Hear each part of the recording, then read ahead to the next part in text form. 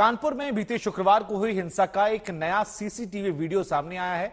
इस वीडियो में नाबालिग आरोपी पथराव करते हुए साफ साफ दिखाई पड़ रहे हैं। तो ये इस वीडियो में जो बड़ी बात है वो यही कि नाबालिग यहां पर पथराव करते हुए नजर आ रहे हैं। सीसीटीवी कैमरा जिसमें ये तमाम तस्वीरें रिकॉर्ड हुई और ये नया वीडियो है जो पत्थरबाजों को एक्सपोज करता है। पुलिस प्रशासन के पास फिलहाल ये तमाम वीडियोस मौजूद हैं। इन तमाम वीडियोस पर लगातार प्रशासन नजर बनाए हुए है और इन वीडियोस को आधार बनाकर ही कार्रवाई की जा रही है। तो ये एक नया वीडियो कानपुर से जहां नाबालिगों के हाथ में पत्थर थमाए गए हैं, तस्वीरें हम आपको दिखा रहे हैं। कानपुर हिंसा का नया सीसीटीवी वीडियो जो है वो सामने आया है। इस वक्त हम आपको आज तक पर ये तमाम तस्वीरें दिखा रहे हैं। नए वीडियो में नाबालिग पत्थरबाज नजर आ रहे हैं और बेपरवाह कैमरे से लगातार देखिए एक के बाद एक पत्थर उठाते हुए एक डब्बा रखा इन्होंने जिसमें तमाम पत्थर जो है इन्होंने रख रखे थे और उसके बाद इन पत्थरों को लगातार वो दूसरी तरफ बरसाते हुए जो गाड़ियां आई उन्हें गिरा दिया, जो सामान आया उन्हें फेंक दिया। ऐसा लग रहा है कि भागम भाग वाली स्थिति बनी हुई है और इसमें पत्थरबाजी जोर शोर से चल रही है। तो कानपुर हिंसा का नया सीसीटीवी फुटेज इस वक्त हम आपको आज तक पर दिखा रहे हैं और नए वीडियो में नाबालिग पत्थरबाज नजर आ रहे हैं। 3 जून की यह घटना जिस दिन प्रधानमंत्री, राष्ट्रपति, मुख्यमंत्री, राज्यपाल सभी कानपुर में मौजूद थे और उसी दिन बताया जा रहा है कि यह घटना घटित हुई थी। नुपुर शर्मा के बयान के बाद कानपुर में पहले विरोध का ऐलान किया गया, बंद की बात की गई दुकानों को बंद करवाने के लिए। जुमे के बाद ये तमाम लोग निकले और उसके बाद भीड़ बढ़ती चली गई, पत्थरबाजी होती चली गई। तस्वीरें हम आपको आज तक पर दिखा रहे हैं। लोगों का झुंड जो है वो लगातार नजर आ रहा है, बेकाबू भीड़ ने। एक बार देखिए फुल स्क्रीन पर अगर आप देखेंगे तो आपको नजर आएगा कि यहां पर एक बाइक खड़ी हुई है। ये तमाम पत्थरबाज जो हैं धीरे धीरे इकट्ठा होना शुरू करते हैं और पत्थरबाजी जो है वो बड़ी तेज हो जाती है जब ये तमाम लोग इकट्ठा होते हैं। हिंसा के पीछे क्या पीएफआई का हाथ है? कौन कौन इसमें इन्वॉल्व है? ऐसे तमाम बड़े सवाल हैं जो सभी के मन में फिलहाल हैं। लेकिन कानपुर हिंसा का नया सीसीटीवी फुटेज सामने आ चुका है। 50 से ऊपर लोग ऐसे हैं जिनकी गिरफ्तारी हो गई है और देखिए जमीन पर जो पत्थर गिरते हैं उनको भी कुछ लोग उठाकर जेब में रख लेते हैं। फिर एक लड़का आता है जो यहां बाइक खड़ी है उस पर पैर मारता है, वो बाइक गिर जाती है। पत्थरबाज इस बाइक को भी निशाना बनाते हैं। देखिए इस बाइक पर भी उन्होंने अपना गुस्सा, नाराजगी जो है वो जाहिर की और उसके बाद जितने पत्थर यहां रखे थे उनको उठाकर वो यहां से पत्थरबाजी करना शुरू कर देते हैं। तो गुस्सा जो है वो बाइक पर भी निकाला गया है। गुस्सा देखिए एक पत्थरबाज यहां पर लगातार इस बाइक को नुकसान पहुंचाता हुआ, बाइक पर पैर से मारता हुआ, बाइक को तोड़ता हुआ, बाइक पर कई पत्थरबाज मिलकर एक साथ गुस्सा जाहिर करते हुए। लेकिन इन सब के बीच में ये तमाम पत्थरबाज हैं जिन्हें अंदाजा भी नहीं। और ये देखिए इस बाइक पर जब मारा तो एक हिस्सा इसका टूटकर वहां से निकला। ये ऐसा प्रतीत हो रहा है कि शायद बड़े बड़े ईंट जो हैं उनका इस्तेमाल यहां पर किया जा रहा है इन गाड़ियों को तोड़ने के लिए, सामानों को तोड़ने के लिए। और लगातार ऐसे एक के बाद एक सीसीटीवी फुटेज सामने आ रहे हैं जिनके जरिए पुलिस प्रशासन कार्रवाई को आगे बढ़ाते जा रही है और लगातार गिरफ्तारियां इन्हीं को आधार बनाकर की जा रही हैं। उधर राष्ट्रीय बाल आयोग ने भी कानपुर दंगों से नाबालिगों से पत्थर फेंकवाने की घटना का संज्ञान लिया है।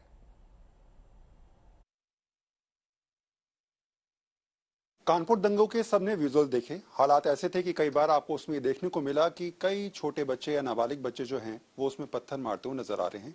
उन्हीं वीडियोस पर संज्ञान लिया है एनसीपीसीआर ने और प्रियांक कानूनगो मेरे साथ हैं। उनसे सवाल सिर्फ इतना कि आप लोगों ने नोटिस दिया है, तमाम वीडियो सब देख रहे हैं, ये सोच रहे हैं कि आखिर ये सब कुछ क्यों हो रहा है। आप लोगों की तरफ से जो संज्ञान लिया गया है उसमें कौन कौन से पॉइंट उठाए गए हैं? देखिए, बच्चों का इस प्रकार की अराजक और हिंसक गतिविधियों में उपयोग करना कानूनी रूप से अपराध है, नैतिक रूप से गलत है ही है। भारत का किशोर न्याय अधिनियम धारा 83(2) में इसको अपराध घोषित करता है।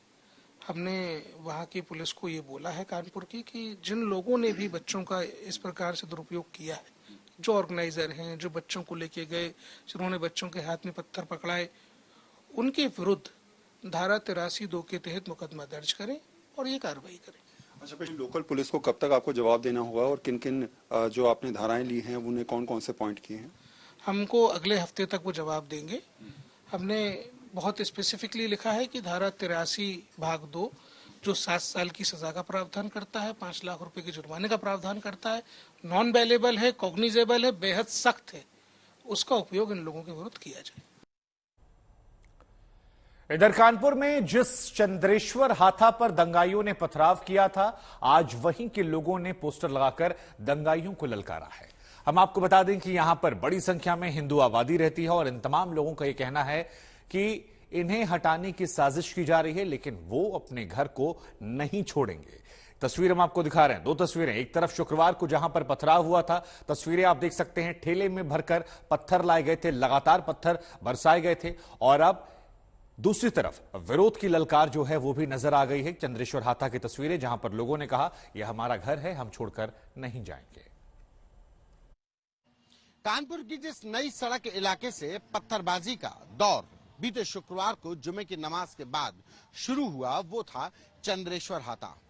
ये चंद्रेश्वर हाथा ही वो जगह थी जहां से सबसे पहले पत्थरबाजी हुई। चंद्रेश्वर हाथा में करीब 50 से 60 हिंदू परिवार रहते हैं। पत्थरबाजी की शुरुआत के वक्त इन लोगों ने आरोप लगाया, यहाँ के लोगों ने, कि सिर्फ इस बस्ती को निशाना इसलिए बनाया गया ताकि ये लोग जो परिवार यहाँ पे रहते हैं, पुश्तों से रहते आए हैं, वो यहाँ से छोड़कर चले जाएं। लेकिन आज इस चंद्रेश्वर हाथा का यही एक गेट है और इससे घूमकर एक दूसरा गेट, यानी एंट्री कह सकते हैं, एग्जिट कह सकते हैं, और एक दूसरा गेट है, और इसी गली के दोनों तरफ परिवार रहते हैं। लेकिन यहाँ के लोगों ने एक पोस्टर लगाया है। ये पोस्टर आपको दिखाते हैं, ये भगवान नरसिंह का ये पोस्टर है और लिखा है, पलायन नहीं पराक्रम करेंगे। यानी पलायन नहीं, यानी हम यहाँ से छोड़कर नहीं जाएंगे, पराक्रम करेंगे, यानी अब हम बहादुरी के साथ यहाँ रहेंगे।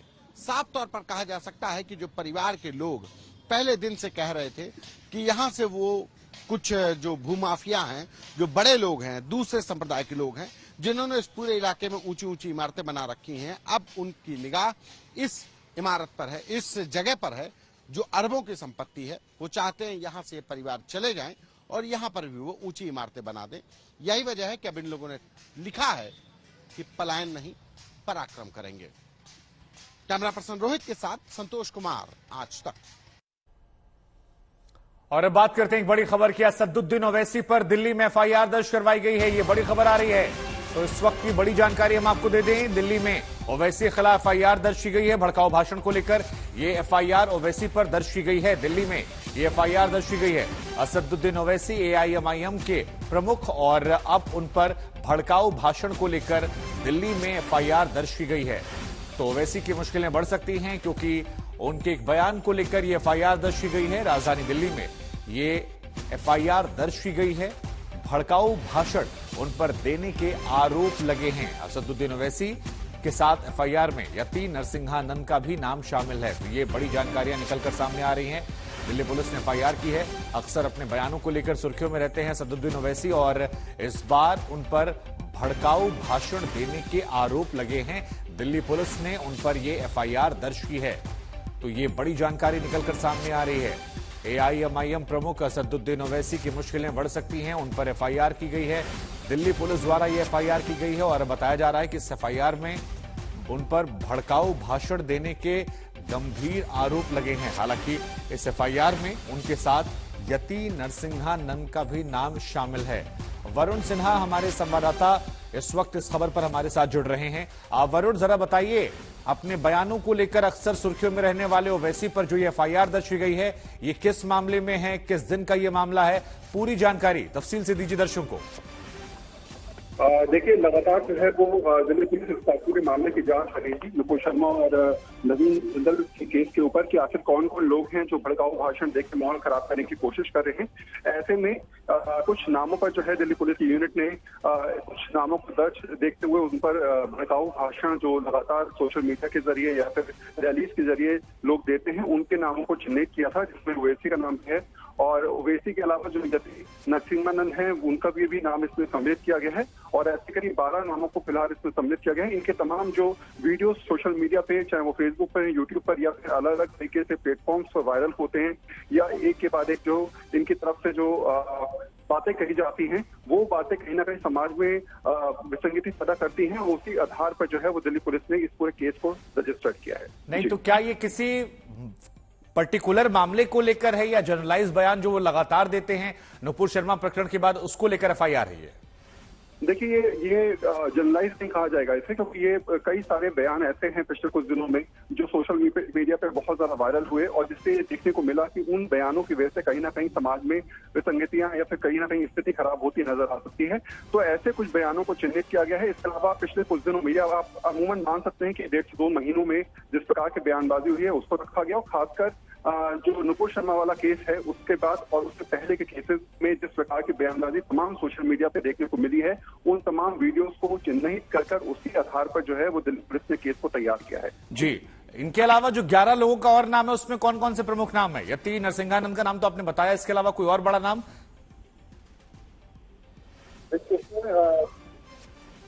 का नाम रखा गया है जिनके बाद ही ये पूरा प्रकरण सामने निकल के आया था। इसके बाद जो नाम है वो यति नरसिंहानंद है और साथ में जो नाम है मौलाना मुफ्ती नदीम, अब्दुल रहमान, सुल्तान अंसारी, सबा नकवी और शराब चौहान और नवीन कुमार जिंदल। ये कुछ ऐसे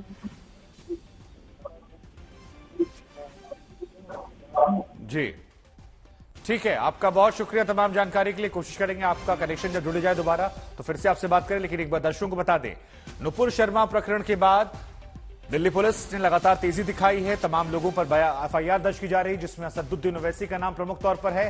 पिछले 2-2.5 महीनों में जिस तरह से विवादित बयान दिए हैं, पिछले 2-2.5 महीनों में ओवैसी ने जिस तरह से भड़काऊ बयान दिए हैं, उसको देखते हुए उन पर यह एफआईआर दर्ज की गई है। इस एफआईआर में कई और लोगों के भी नाम हैं, लेकिन प्रमुख तौर पर सबसे बड़ा नाम जो है वो असदुद्दीन ओवैसी का है। भड़काऊ भाषण मामले में ओवैसी पर यह एफआईआर दर्ज की गई है।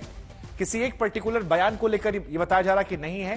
जिस तरह से पिछले कुछ महीनों में जो कुछ उन्होंने बातें रखी हैं उससे माहौल बिगाड़ने की बात कही जा रही है और इस माहौल बिगाड़ने को लेकर ही असदुद्दीन ओवैसी पर यह एफआईआर दर्ज की गई है भड़काऊ भाषण मामले में। तो यह बड़ी खबर इस वक्त हम आपको बता रहे हैं। इधर नुपुर शर्मा पर तिहरी मुसीबतों का पहाड़ टूट पड़ा है। दिल्ली, महाराष्ट्र में उन पर केस दर्ज है। देश भर में गिरफ्तारियों की मांग हो रही है। कई संगठन धमकियां दे रहे हैं, लिहाजा सुरक्षा का खतरा भी नुपुर शर्मा पर लगातार मंडराता जा रहा है। तो दिल्ली, महाराष्ट्र में एफआईआर का जिक्र हुआ है। सड़कों पर तस्वीर सामने आ रही है जहां पर नुपुर शर्मा की तस्वीरों को पैम्पलेट्स बनाकर लोगों ने सड़कों पर ड्रॉप कर दिया और तीसरी तरफ गिरफ्तारी की मांग लगातार नुपुर शर्मा को लेकर हो रही है। 3 तस्वीरें इस वक्त नुपुर शर्मा को लेकर। दिल्ली में भी उनके खिलाफ एक एफआईआर दर्ज हुई है। सड़कों पर तस्वीर हम आपको दिखा रहे हैं नुपुर शर्मा की, और इधर गिरफ्तारी की मांग को लेकर कई जगहों पर प्रदर्शन भी हुए हैं। तो ये 3 तस्वीरें नुपुर शर्मा जिन्होंने पैगंबर मोहम्मद पर विवाद बयान दिया था, उसके बाद से लगातार उनकी मुश्किलें बढ़ती जा रही हैं।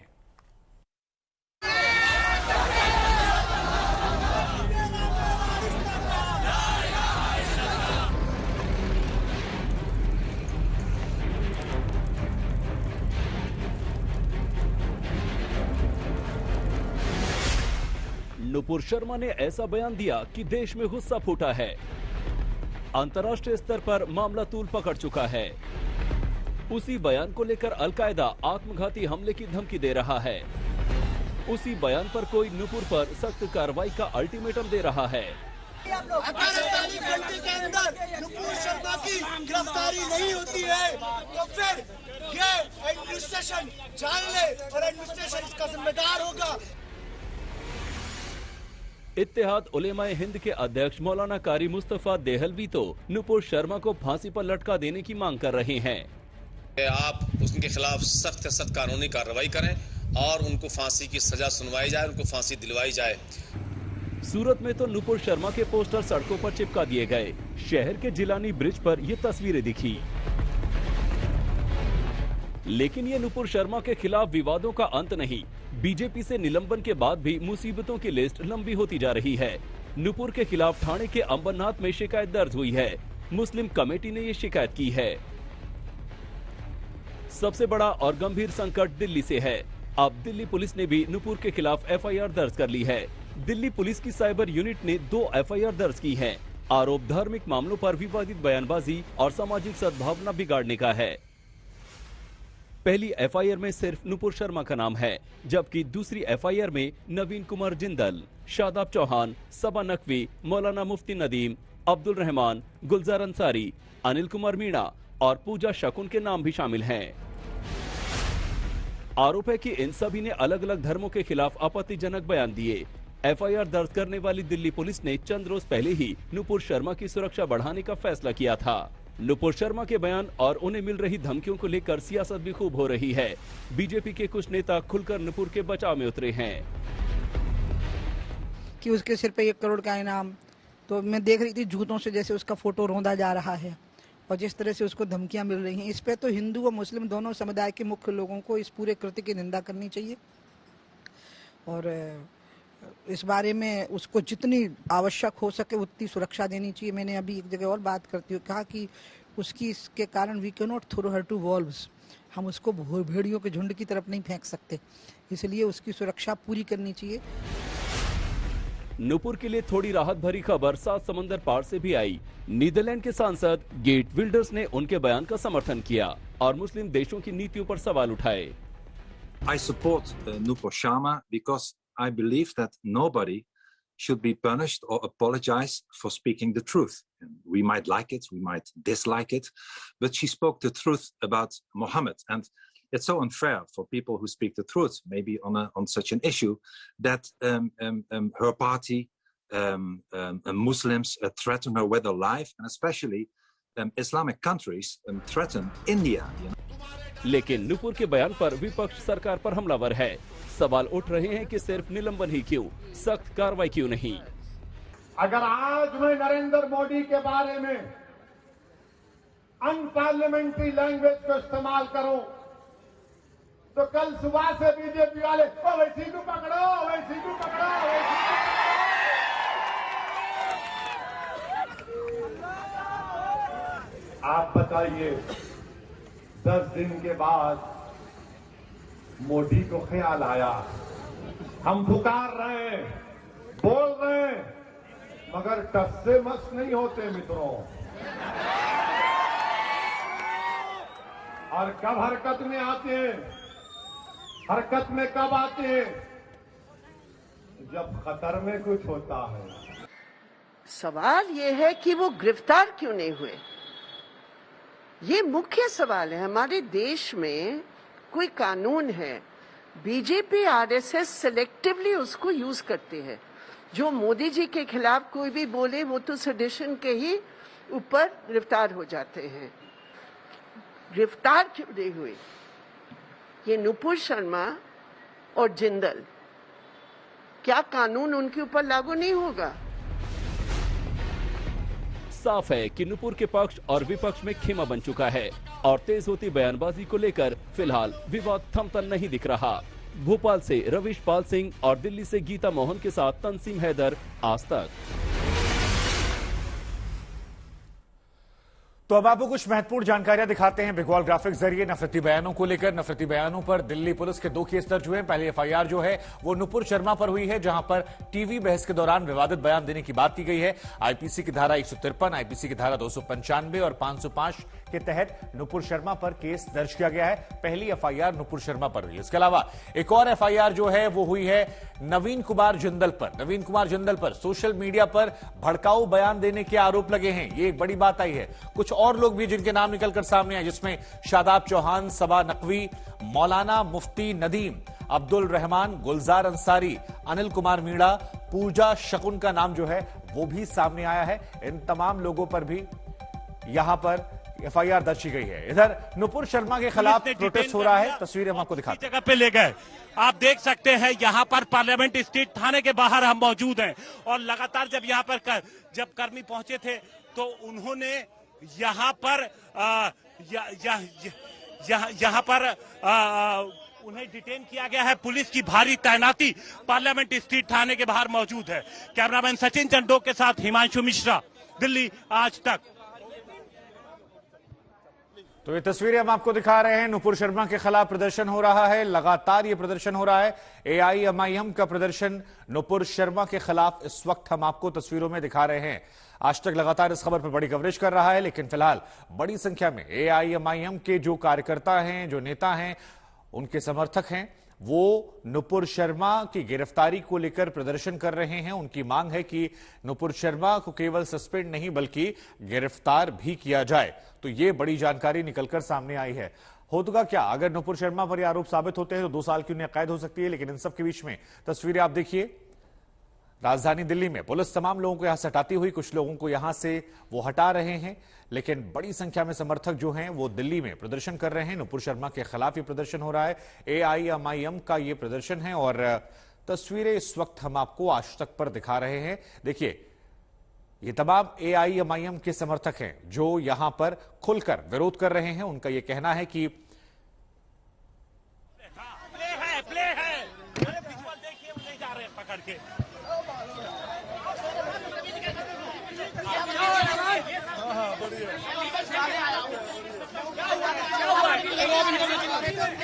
इस वक्त हम मौजूद हैं पार्लियामेंट स्ट्रीट थाने के बाहर।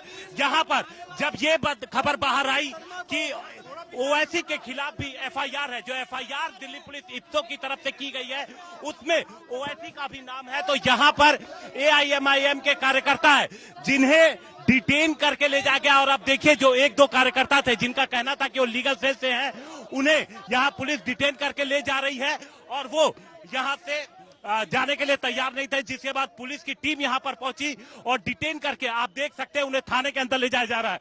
यहाँ पर मौजूद इस शख्स का कहना था कि तकरीबन 40 से 50 के बीच कार्यकर्ता यहाँ पर पहुंचे थे, जिन्हें पुलिस ने डिटेन कर लिया और दूसरी जगह पे ले गए। आप देख सकते हैं यहाँ पर पार्लियामेंट स्ट्रीट थाने के बाहर हम मौजूद हैं और लगातार जब यहाँ पर जब कर्मी पहुंचे थे तो उन्होंने यहाँ पर यहाँ पर उन्हें डिटेन किया गया है। पुलिस की भारी तैनाती पार्लियामेंट स्ट्रीट थाने के बाहर। ठीक है, गोंडा में भीड़ की हिंसा का मामला सामने आया है। 3 मुस्लिम समुदाय के लोगों को भीड़ ने न सिर्फ बेइज्जत किया बल्कि धार्मिक नारे भी लगवाए, जिसके बाद गोंडा पुलिस ने कार्रवाई करते हुए एक शख्स को गिरफ्तार भी कर लिया है। बोलो जय श्री राम। जय श्री राम। बोलो जय श्री राम। जय श्री राम। आओ बोलो जय श्री राम। जोरे बोलो। जोरे आओ। कान पकड़। तबला ये सब रखो नीचे। बोलो जय श्री राम। जय श्री राम। जय श्री राम। जय श्री राम। आओ बोलो जय श्री राम। जोरे बोलो। गोंडा के एक गांव में चादर लेकर दान मांगने पहुंचे मुस्लिम समुदाय के 3 लोगों की जान सांसद में फंस गई।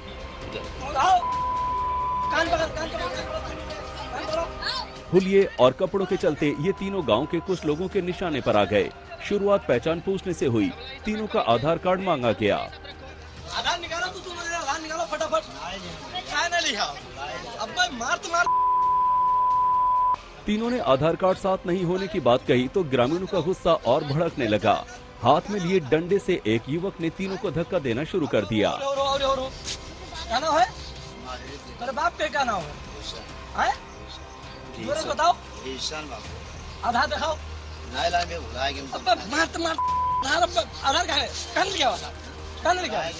कहाँ है? बात शुरू हुई थी पहचान पर शक के साथ, लेकिन जल्दी मामले ने अलग ही रंग लेना शुरू कर दिया। तीनों को कान पकड़कर उठक बैठक करने का फरमान सुना दिया गया।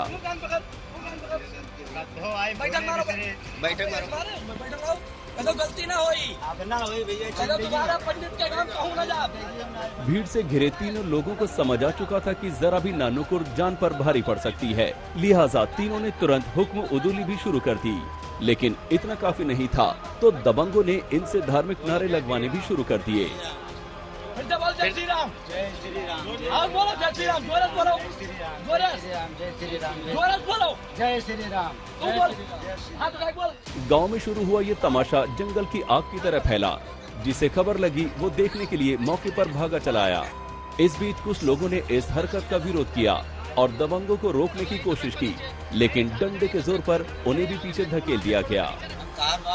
आधार लेके आओ तब तो पहले बताओ कहाँ से आए हो? इनके देख लो, इनके लिए है। अरे तू जा यार, ऐसे दूर हटो तोरे से बहुत से बुला रहा था, बहुत दूर जाओ फालतू बच्चे। ऐसे तमाशों का अंत कितना खतरनाक होता है ये दुनिया कई बार देख चुकी है, लेकिन इन तीनों की किस्मत अच्छी थी कि वो तस्वीरें यह नहीं दोहराई गई। जबरन धार्मिक नारेबाजी, बदसलूकी और धक्का मुक्की से बेजार हुए तीनों लोग जैसे तैसे गाँव से निकलने में कामयाब रहे। ये गनीमत ही थी कि जान सलामत रही, वरना भीड़ में कुछ लोग तो इन्हें कानपुर के पत्थरबाज करार देने पर भी तुले हुए थे।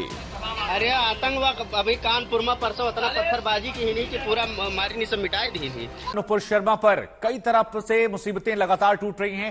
13 मुसीबत उन पर पड़ी है क्योंकि दिल्ली में, महाराष्ट्र में उन पर केस दर्ज है। देश भर में गिरफ्तारी की मांग हो रही है और अब से थोड़ी देर पहले दिल्ली के संसद मार्ग थाने के बाहर AIMIM के तमाम नेताओं ने नुपुर शर्मा की गिरफ्तारी के लिए प्रदर्शन किया।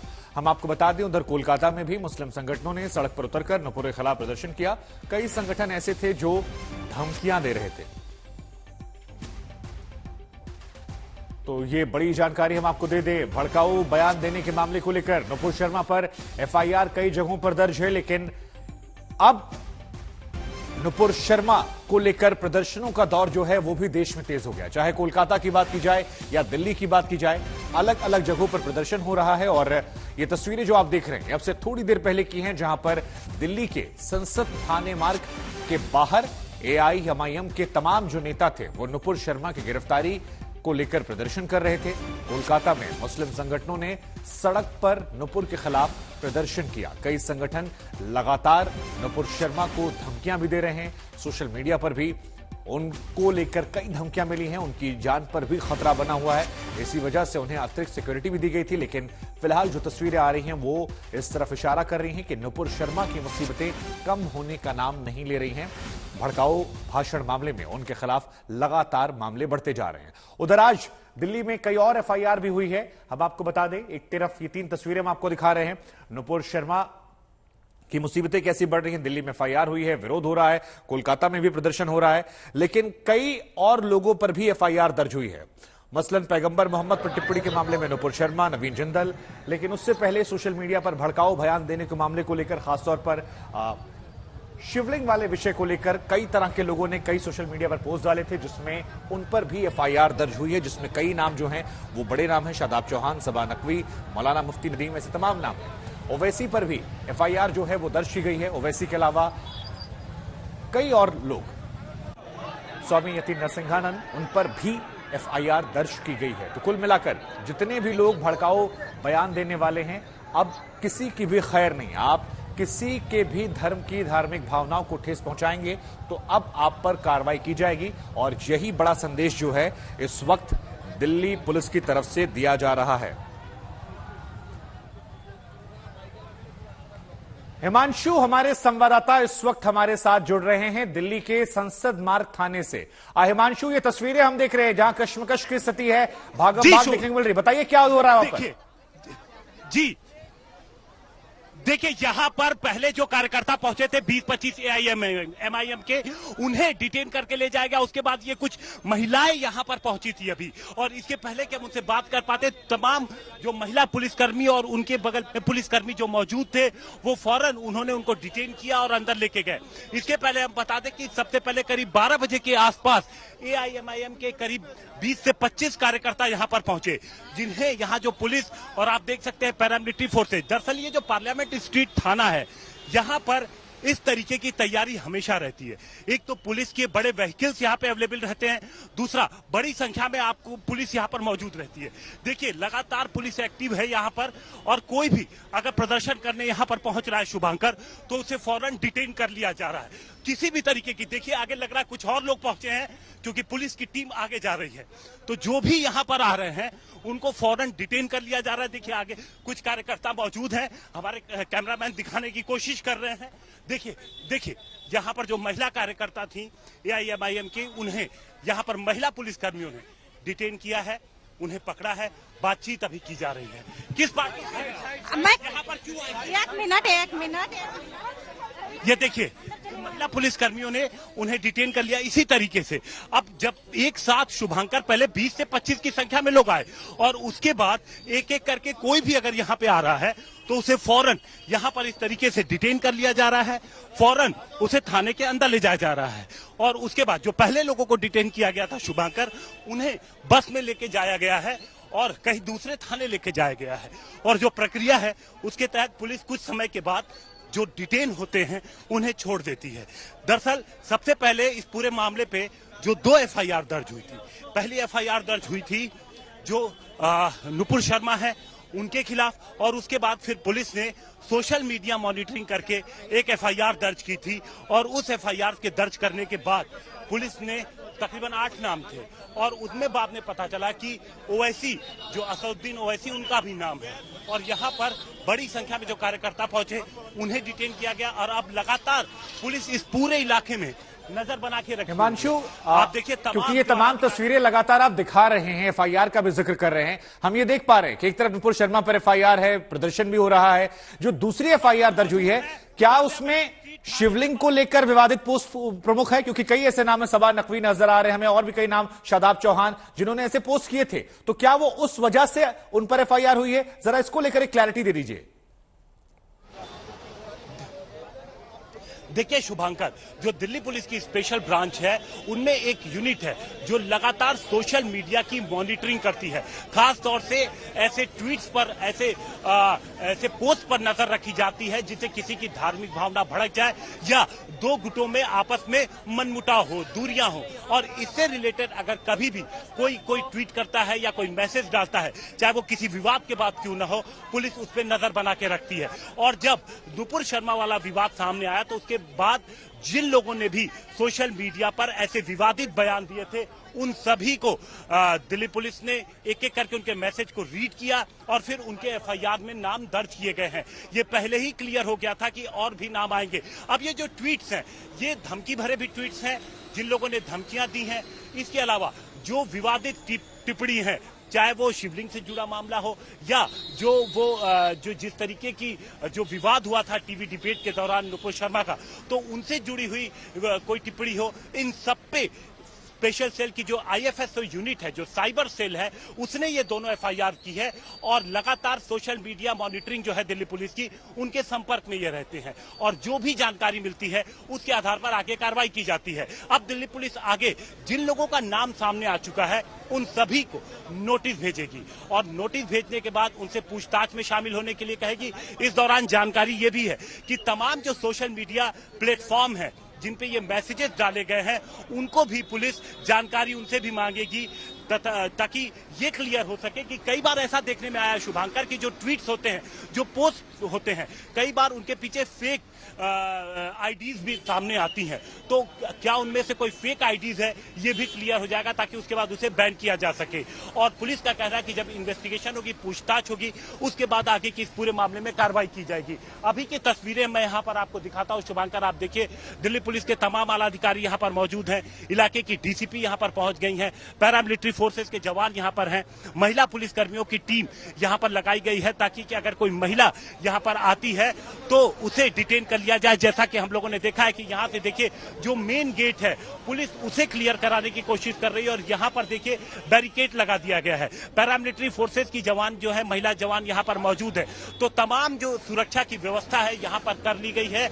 और ये ऐसी जगह है शुभांकर की यहाँ पर धरना प्रदर्शन, पार्लियामेंट्री थाना और जंतर मंतर पास में, तो यहाँ पर धरना प्रदर्शन हमेशा होता रहता है। तो यहाँ पर जो फोर्स मौजूद रहती है, एक्स्ट्रा फोर्स, वो ऐसे हालात से निपटने के लिए हमेशा तैयार रहती है। और यही वजह है कि जैसे ही एआईएमआईएम के जब कार्यकर्ता यहाँ पर पहुंचे तो उन्हें फौरन डिटेन कर लिया गया। और अब एक एक करके जो कार्यकर्ता यहाँ पहुंच रहे हैं, हमने देखा कि उन्हें किस तरीके से पुलिस फौरन डिटेन कर ले रही है। महिला पुलिस की यहाँ पर अच्छी खासी मौजूदगी है, तैनाती है। और यही वजह है कि पुलिस यहाँ पर कोई प्रदर्शन जो लंबे समय नहीं। तो हिमांशु, क्या ये महज एक इत्तेफाक है कि जिस दौरान वो यहां पर प्रदर्शन करने के लिए पहुंचे नुपुर शर्मा के खिलाफ संसद मार्ग थाने में, उसी वक्त के आसपास उन पर एक एफआईआर भी दर्ज हो जाती है असदुद्दीन ओवैसी पर भड़काऊ मामलों को लेकर दिल्ली पुलिस के द्वारा? यह महज एक संयोग है? देखिए वो इन्वेस्टिगेशन लगातार जारी है। उसमें पुलिस ने पहले ही एफआईआर दर्ज की और पुलिस ने क्लियर कहा था कि जैसे जैसे इन्वेस्टिगेशन आगे बढ़ेगी, जो भी नाम सामने आएंगे, क्योंकि जो सोशल मीडिया मॉनिटरिंग यूनिट है स्पेशल ब्रांच की दिल्ली पुलिस की, वो लगातार नजर बना के रखती है किस तरीके के ट्वीट्स आ रहे हैं और कौन से ट्वीट ऐसे हैं जिनमें समुदायों के बीच दूरियां बढ़ सकती हैं या कोई भड़क सकता है या किसी को भड़काने वाला है।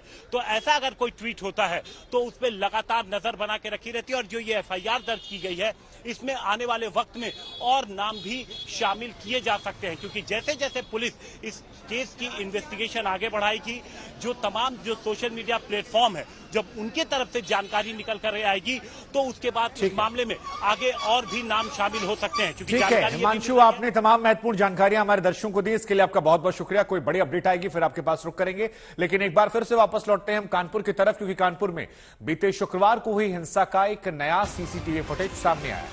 इस वीडियो में नाबालिग आरोपी पथराव करते हुए दिखाई पड़ रहे हैं। एक बार फिर हम आपको दिखाते हैं, देखिए कैसे यहां पर ये बाइक खड़ी हुई है, सीसीटीवी कैमरा लगा हुआ, ये लड़का आता है, बाइक को लात मार के यहां से गिरा देता है। इसके बाद कई और लड़के आते हैं जो इस बाइक पर अपना गुस्सा दिखाते हैं। देखिए लगातार बड़े बड़े ईंट पत्थर उठाकर ये तमाम लोग जो हैं इस पर अपना गुस्सा दिखाते हैं। 3 जून 2022 का ये पूरा मामला, एक के बाद एक कई लड़के आने शुरू होते हैं, हर उम्र हर वर्ग के लड़के यहां पर पहुंचते हैं। और तस्वीरें आप देखिए, बड़ी संख्या में इस गाड़ी को नुकसान पहुंचाने की कोशिश की जाती है, बड़े बड़े पत्थर उठाकर इस पर मारे जाते हैं, इसकी फ्रंट से लेकर बैकलाइट को तोड़ दिया जाता है, इस गाड़ी पर अपना गुस्सा इजहार होता है। इसके अलावा पत्थर उठाकर लगातार पत्थरबाजी होती है। 3 जून की यह घटना जिस दिन राष्ट्रपति, प्रधानमंत्री, मुख्यमंत्री, राज्यपाल ये सभी मौजूद थे। संतोष शर्मा हमारे संवाददाता इस वक्त हमारे साथ जुड़ रहे हैं। संतोष, 50 लोगों की गिरफ्तारी हो गई है, लेकिन अब जो ये नया सीसीटीवी फुटेज सामने आया है जिसमें ये तमाम लोग एक बाइक पर गुस्सा निकालते नजर आ रहे हैं, पत्थरबाजी करते हुए नजर आ रहे हैं, क्या इनके बारे में अब तक कोई जानकारी आई? क्या इनकी गिरफ्तारियां हुई? क्या अपडेट है कानपुर हिंसा को लेकर? देखिए, अभी तक कानपुर हिंसा मामले में 54 लोग गिरफ्तार किए जा चुके हैं। अब अगर बात करें इस नए सीसीटीवी फुटेज की, सीसीटीवी फुटेज में साफ तौर पर देखा जा रहा है कि किस तरीके से एक किनारे खड़ी बाइक में लड़के जो नाबालिग से नजर आ रहे हैं, वो लड़कों ने उस बाइक को तोड़ दिया और इंटेंशनली तोड़ रहे हैं। कोई ऐसा नहीं है कि दूसरी तरफ से पथराव हो रहा था तो पत्थरबाजी हो रही थी। ये बताया जा रहा है कि इस सड़क पर, जिस सड़क पर मैं खड़ा हूं शुभाकर, यही वो सड़क है जहां की ये सीसीटीवी फुटेज हम अपने दर्शकों को दिखा रहे हैं। एक दुकान के सीसीटीवी फुटेज है, इस दुकान के बाहर जो बाइक खड़ी थी उसको टारगेट किया गया। तो जाहिर सी बात है कि ये बता रहा है कि एक सोची समझी साजिश के तहत नाबालिग लड़कों को आगे किया गया पत्थरबाजी में। तो अब कार्रवाई की जा रही है, इनकी शिनाख्त करवाई जा रही है और पुलिस का कहना है। बिल्कुल संतोष, आपने तमाम महत्वपूर्ण जानकारियां दी हैं, लेकिन क्योंकि कानपुर के डीएम जो थी उनका तबादला हो गया था और ये खबर भी काफी बड़ी खबर थी, अब वहां नए डीएम आए हैं, विशाख जी अय्यर, उनसे भी आज तक ने बातचीत की है, वो बातचीत हम आपको सुनाते हैं। एक नई जिम्मेदारी है जो आपको मिली है यहाँ पे, अगर शहर के हालात की बात करी जाए तो बहुत ही चैलेंजिंग है। क्या ब्लूप्रिंट बनाया है, कैसे डील करेंगे इस पूरी सिचुएशन? देखिए, कानपुर प्रदेश का उद्योग नगरी माना जाता है, कमर्शियल कैपिटल है, इंडस्ट्रियल कैपिटल है, और जो शहर का जो एक वातावरण है वो इंडस्ट्रियल ग्रोथ के लिए, निवेश के लिए कंड्यूसिव होना चाहिए। तो पूरा कोशिश रहेगा कि जो कानपुर का एक जो इंडस्ट्रियल हब के रूप में जो जाना जाता है, उसको जो ग्लोरी है उसको रिस्टोर करने के लिए, उसको आगे बढ़ाने के लिए पूरी तरफ से हमारा टीम कायम करेंगे। सर, अगर बात करी जाए इस हालात की जो इस वक्त कानपुर में बिगड़े हुए हैं, कोई स्पेसिफिक आपको इंस्ट्रक्शंस देके भेजा गया है, एक नई जिम्मेदारी है, उसको कैसे टैकल करेंगे? नहीं, जो हमारे जो प्रायोरिटी हैं वो हमेशा जो पब्लिक के प्रति जो जनसुनवाई और उनके जो समस्याएं हैं उसके जो संवेदनशील रूप में उनके जो समस्याओं को सुनवाई करना, उसका समाधान करना, वो रहेगा। और उसके साथ साथ जो शहर के जो, जैसे मैंने कहा है कि इंडस्ट्रियल हब होने के नाते, कमर्शियल कैपिटल होने के नाते जो महत्वपूर्ण परियोजनाएं हैं, कनेक्टिविटी हो, एयरपोर्ट हो, जो केंद्र और राज्य सरकार की जो महत्वपूर्ण परियोजनाएं हैं उसको समयबद्ध रूप में कंप्लीट कराना, और उसमें कहीं अगर कोई बॉटलनेक्स हो उसको इंटर डिपार्टमेंटल कोऑर्डिनेशन से उसका समाधान करना, ताकि पब्लिक को उसका फायदा प्राप्त हो सके। सर, जुम्मे की नमाज भी है शुक्रवार को, हमने देखा कि वही दिन था जब हिंसा भड़की। क्या तैयारी है जिलाधिकारी के एक स्तर पे, आपने क्या सिचुएशन मैनेज करने के लिए इंतजाम करें?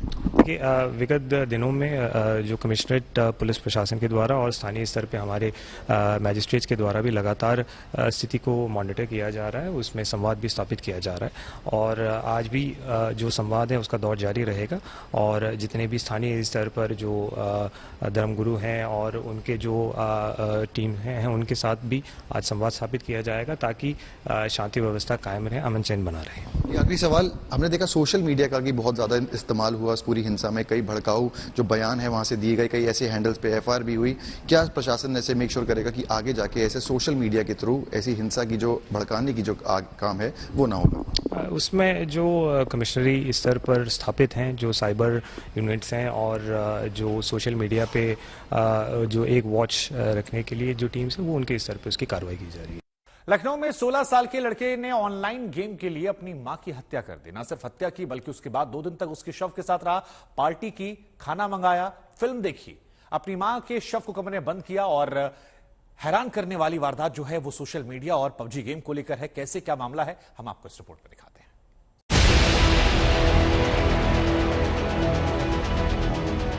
लखनऊ में वृंदावन कॉलोनी में बने इस मकान में हंसता खेलता एक परिवार था। परिवार में एक माँ थी, 16 साल का एक बेटा और 10 साल की बेटी थी। परिवार के मुखिया आसनसोल में आर्मी में जेसीओ के पद पर तैनात थे। सब कुछ ठीक था, मगर शनिवार की रात सब कुछ बदल गया। 4 जून 2022 दिन शनिवार। 16 साल का एक लड़का आधी रात को उठता है, अपने पिता की लाइसेंसी पिस्टल उठाता है और मां के सिर में गोली मार देता है। मां मौके पर ही दम तोड़ देती है। जो उसने कन्फेस किया वो बताया कि सैटरडे नाइट की ये बात है। सैटरडे और संडे अर्ली मॉर्निंग लगभग 2 से 3 बजे के बीच में ये तीनों सो रहे थे एक ही कमरे में। फादर की सर्विस रिवॉल्वर थी, पिस्टल, लाइसेंसी पिस्टल थी, वो अलमीरा में रखी हुई थी, अनलॉक था वो, और इसको पता था कि यहाँ पे रखी रहती है। जाता है, पिस्टल उठाता है और ये हमला कर देता है। मदर के ऊपर एक शॉट फायर करता है, ऑन द स्पॉट उनकी डेथ हो जाती है। मां को गोली मारने के बाद बेहद आराम से, बगैर कोई चिंता किए, अपनी बहन को साथ लेता है और दूसरे कमरे में जाकर आराम से चैन की नींद सोता है। फिर ये अपनी बहन को लेकर के दूसरे कमरे में चला जाता है और सो जाता है। इसकी बहन नहीं सो पाती है, बट ये सो जाता है। सुनने में अजीब लग सकता है, मगर यही हुआ था उस रोज। अपनी मां को गोली मारने के बाद 16 साल का बेटा चैन की नींद सो गया। सुबह के सूरज ने दस्तक दी। 3 लोगों से भरे रहने वाले इस घर में एक सदस्य कम था।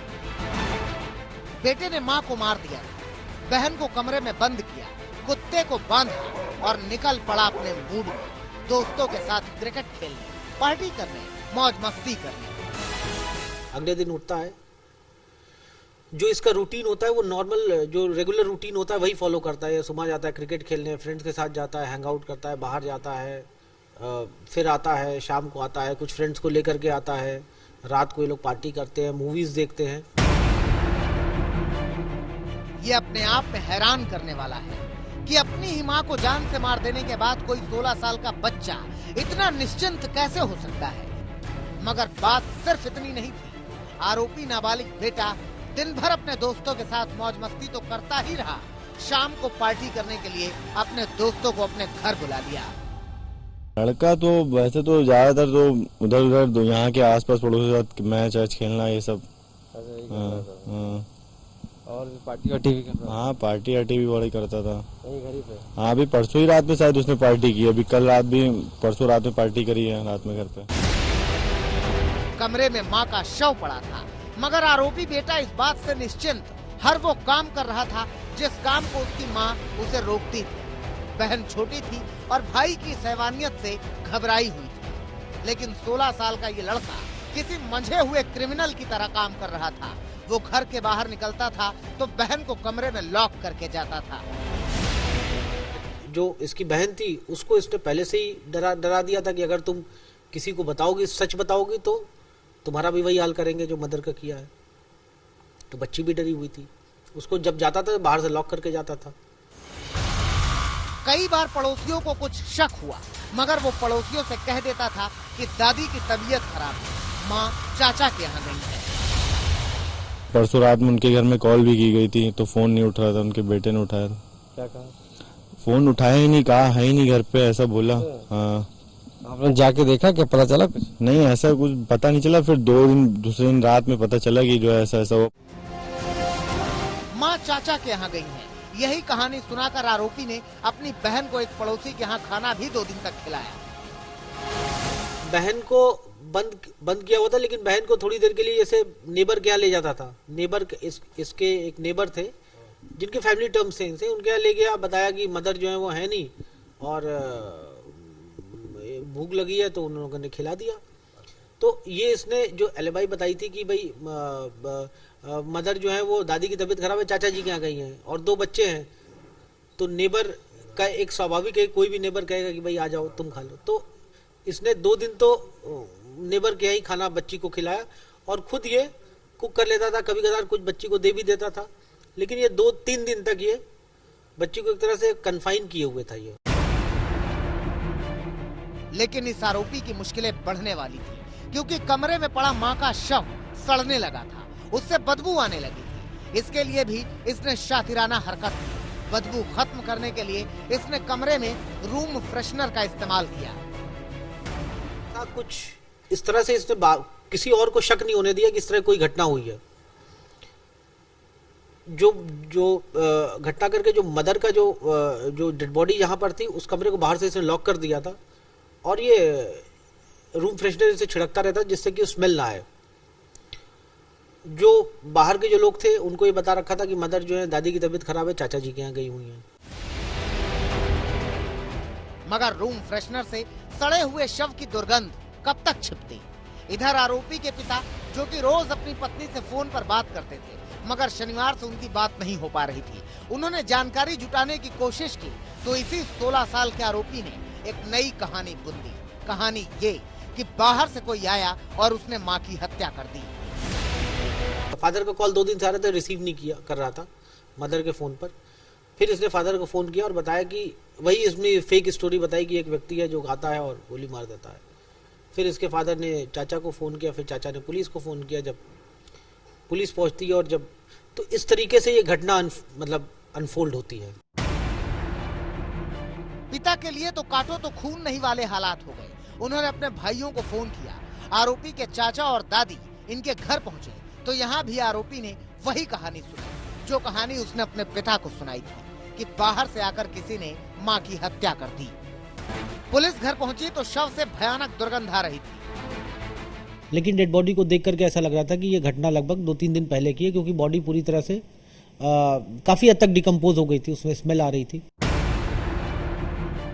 अब पुलिस के सामने सिर्फ 2 लोग थे जिनसे पूछताछ करनी थी। पहला 16 साल का आरोपी बेटा और दूसरी वो 10 साल की बच्ची जो इसकी बहन है।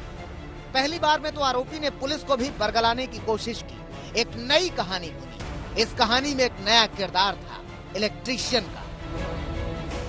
जो लड़का था उससे पूछताछ की जाती है तो लड़का एक स्टोरी बताता है कि एक इलेक्ट्रीशियन था जो कि क्योंकि वो मकान अभी बन रहा था, अर्धनिर्मित था, कंस्ट्रक्शन वर्क चल रहा था, तो उनमें वायरिंग का काम होता था। तो कहता था कि वो इलेक्ट्रीशियन जो है वो आता था और उससे संपर्क में थी, और जब ये इलेक्ट्रीशियन से कुछ बहस हुई और उस इलेक्ट्रीशियन ने आवेश में आकर के माँ को गोली मार दिया और इनकी हत्या कर दिया। ये उसने बताया 1 दिन पहले की घटना। जी हाँ, लड़के ने पुलिस को यही बताया था कि एक इलेक्ट्रीशियन था जो घर में काम करने के लिए आता था और उसी ने मां को 1 रात पहले मौत के घाट उतारा। लड़का कह रहा था कि बीती रात ही इलेक्ट्रीशियन ने उसकी मां की हत्या की, मगर शव से उठती दुर्गंध अलग ही कहानी बयां कर रही थी। इसीलिए पुलिस ने पहले बच्ची से पूछा तो राज खुला और आखिरकार नाबालिग आरोपी भी टूट गया। फिर बच्ची ने कुछ चीजें बताई और फिर फाइनली जब लड़के से फिर कन्फ्रंट किया गया तो लड़के ने फिर कन्फेस किया। घर में कुत्ता था, लेकिन इस आरोपी का दिमाग देखिए कि उसने कुत्ते को ऐसी जगह बांधा था कि कुत्ता उस कमरे तक न पहुंचे जहां मां का शव पड़ा था। 16 साल के नाबालिग आरोपी ने अपनी मां को बेरहमी से मार डाला, मगर असली बेरहमी उसने मां के कत्ल के बाद की। जिसने भी ये कहानी सुनी वो हैरान रह गया। मगर असली सवाल तो ये है कि 16 साल के बेटे के दिमाग में ऐसा क्या चल रहा था कि उसने अपनी मां को पहले तो मार डाला और फिर उसकी मौत पर जश्न मनाया, पार्टी की, मस्ती की। आखिर इस कत्ल के पीछे की वजह क्या थी? आशीष श्रीवास्तव, लखनऊ, आज तक।